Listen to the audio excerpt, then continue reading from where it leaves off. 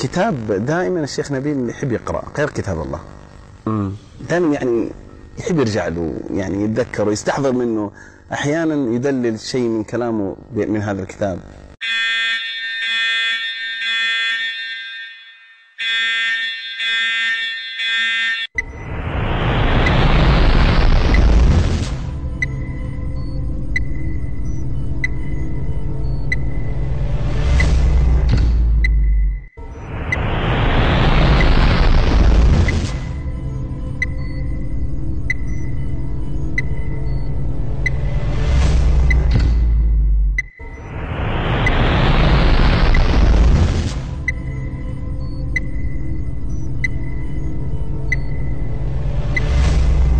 هذا الكتاب لو أذكره أنا أدري راح يسبب لي مشكلة، لكن كل كتاب فيه وعليه، له وعليه، كل كتاب يعني ما في كتاب إلا يؤخذ منه ويرد إلا كتاب الله سبحانه. أنا أحب ولا زلت أقرأ من الظلال لسيد قطب.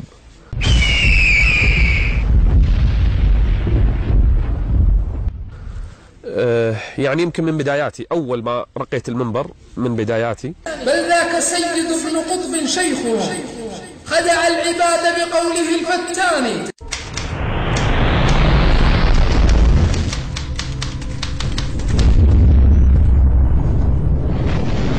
هدم العقيدة حين خالف أمرها وبنى له صرحا بلا أركان. قد فسر الإخلاص فيه بقولة يخشى عليه بها من الكفران، إذ قال إن الله وحده في الوجود وما سواه من البرية فاني. وبقوله هذا فإن الرب والمخلوق شيء واحد الاثنان. كلا فإن الله عنا بائن والخلق دون الخالق الديان.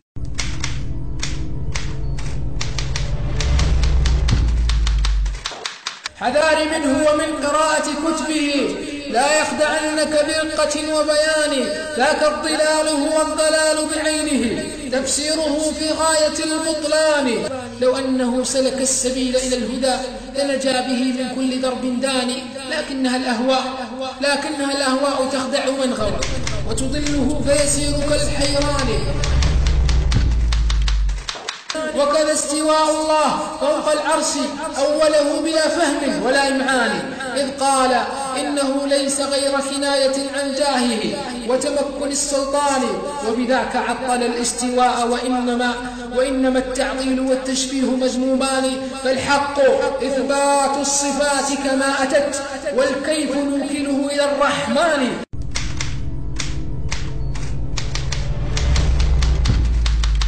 رمي العباد جميعهم بالجاهلية بئس رمي الناس بالبهتان.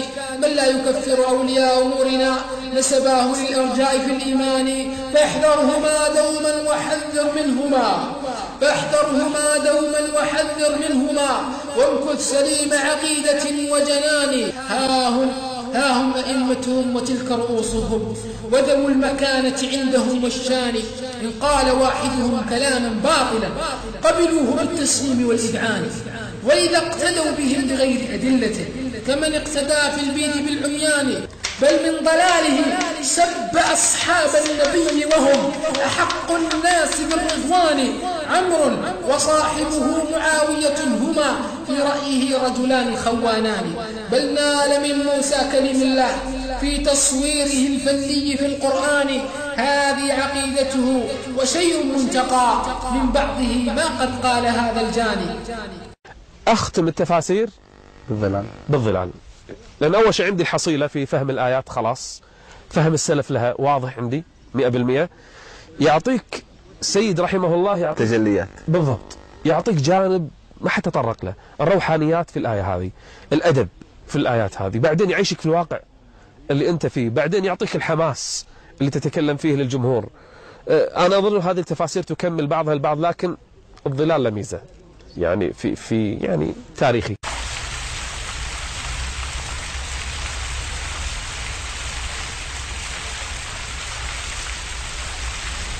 ضيفي في هذه الحلقة هو آية الله السيد طالب الرفاعي، مؤسس حزب الدعوة الإسلامي بالعراق والمرجع الشيعي المعروف. حياكم الله السيد الحكيم. أقدر أقول لك يعني ليلة إذاعة البيان في الحكم بإعدام سيد قطب، أقدر أقول لك ما نمنا تلك الليلة. وين كنتوا ذاك الوقت؟ كنا موجودين يعني كل واحد في مكانه. أنا أتذكر أن السيد مرتضى العسكري إلي قال لي سيد طالب أنا البارحة ما نمت بعد أن سمعت هذا حدثت في هذا الموضوع وقلت له سيدنا أنت أبو الأمة الإسلامية وهذا شخص من رموز الإسلام، وأنت يعني تتحمل مسؤولية إذا إن لم تفعل شيء بالنسبة لهذا الرجل، وهذا وراه تيار إسلامي كبير قلت يعد بالملايين. قلت له قال ماذا أفعل؟ قلت برقية ترسل. قال هيك أنت ترى هكذا؟ قلت له مو أنا الواقع يرى هكذا، مو أنا مكانتك ترى هكذا. قال زين ركبنا بالسيارة. لما ركبنا بالسيارة كان اكو سيد من العلماء أيضا رحمة الله عليه اسمه السيد محمد جمال الهاشمي، فكنت أنا جالس عن يسار السيد وهو جالس عن يمينه والسيد بالوسط بالسيارة مالته، فسمع حديثي معاه فاتجه إلي بكلمة يعني شديدة: سيد طالب تريد السيد أن يتوسط بهذا الذي يقول علي بن أبي طالب يشرب الخمر؟ اللي هو سيد قطب راح يسقط كل ما عندي يعني موجود هو سيد قطب ذاكره. فأنا أسقط ما في يدي، شو أسوي؟ السيد راح يمتنع إذا سمع بهاي القصة. قلت له سيدنا أنت متأكد؟ يعني هنا عملت خباثة. قلت له سيدنا أنت متأكد هو سيد قطب ولا أخوه محمد قطب؟ مو قطب اثنين وكلاهما إسلامي. قال ها ما أدري.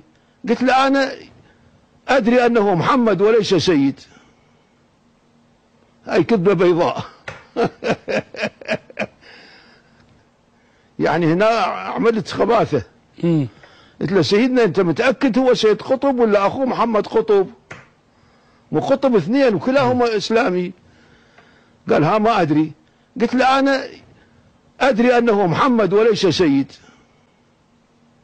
هاي كذبة بيضاء. هاي كذبة بيضاء.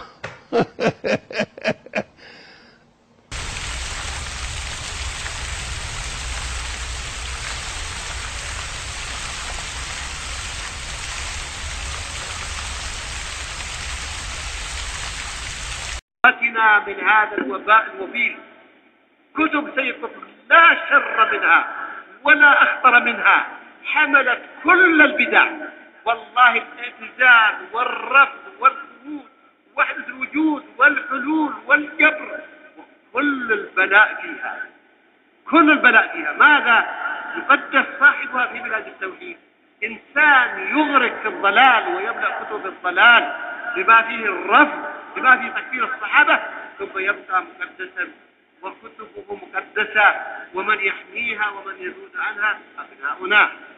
ويحاربون من؟ يحاربون علماءنا، ويحاربون دعاة السنة، ويحاربون من يذب عن كتاب الله وسنة رسول الله ومنهج السلف الصالح، ويذب عن أمة الإسلام. هذه فرصة أنا أنتهزها لأبين لكم هذه الأشياء التي نلمسها جميعا. ماذا تريدون بعد هذه الأمم التي تجري في الجزائر وتجري هنا وهناك؟ ماذا تريدون؟ تريدون أن يقضى على الأمة نهائيا، ما يبقى شيء، لا دين ولا أمة؟ والله سيقضى على الدين والأمة بهذه الأسباب وبهذه الكتب. سيد قطب يا أخوة عاش 2 سنين في أمريكا، عاش شيوعي ثم وفدي ثم من سلام طاحتين، فلف أسود كله، ويروح أمريكا 2 سنين في النوادي الكنسية، عضو بارد، عضو بارد، وهو متفرج.